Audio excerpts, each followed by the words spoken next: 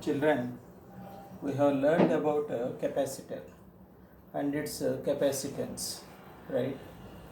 Capacitor is a device which stores the charges and it has a electrostatic energy. So today we are going to learn how much electrostatic energy is stored in this capacitor.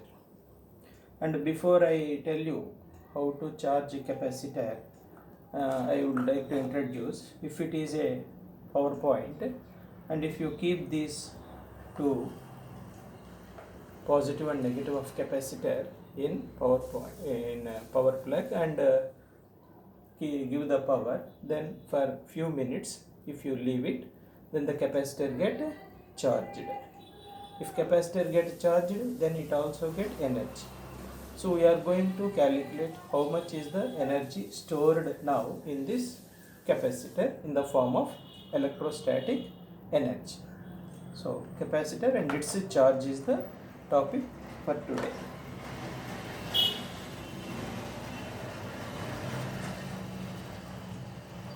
Energy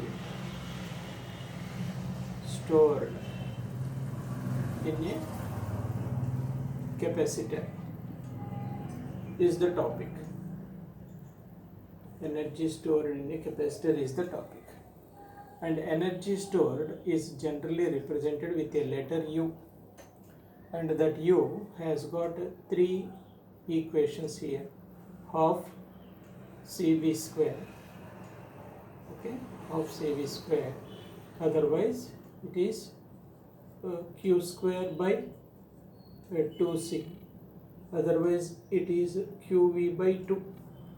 All are same but of different expressions.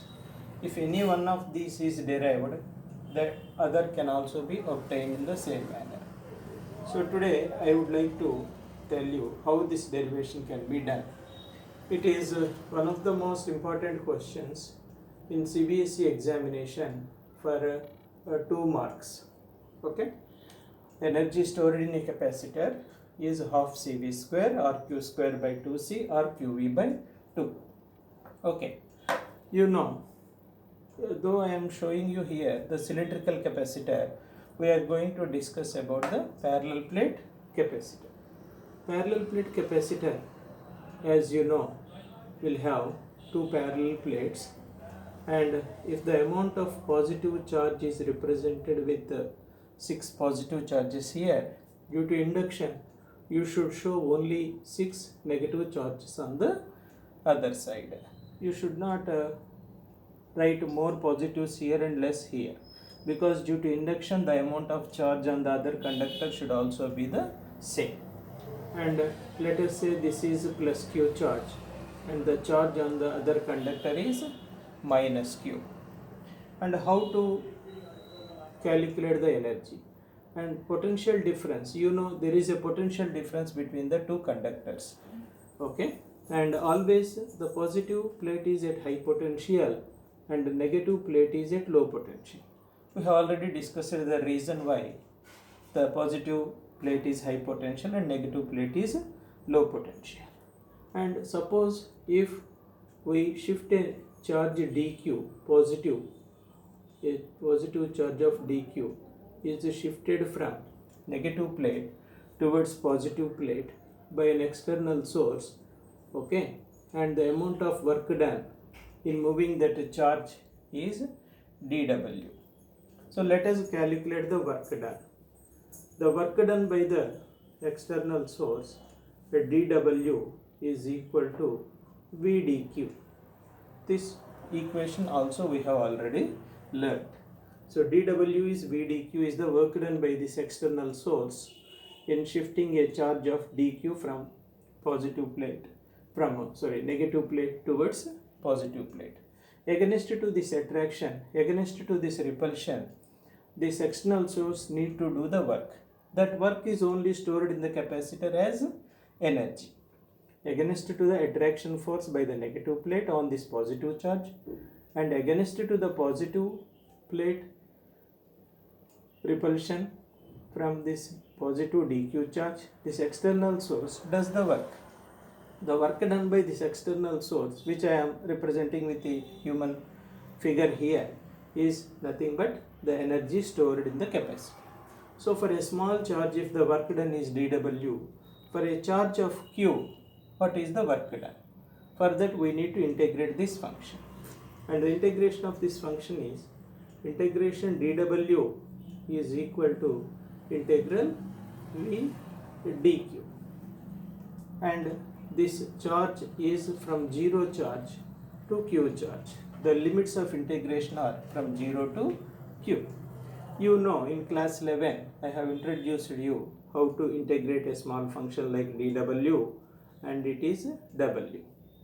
And you have an equation q is equal to cv, which was already introduced to you. And if q is equal to cv, where q is the charge on each conductor, c is the capacitance of this capacitor, and v is the potential difference between the two conductors. So here we have v, that v potential difference between the two conductors can be written as q by c. Let us write that v is q by c here.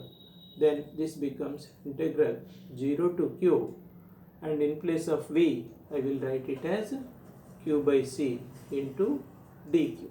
Otherwise, if you want, you can call it as 1. Here you can write from 1. It is like.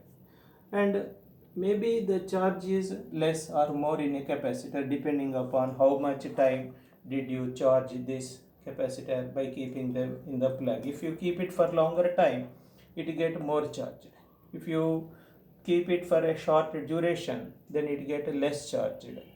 But the capacitance of the capacitor is not going to change. It's a constant number. It is already written with some microfarads, picofarads, nanofarads, because farad is already told is a very big unit capacitor.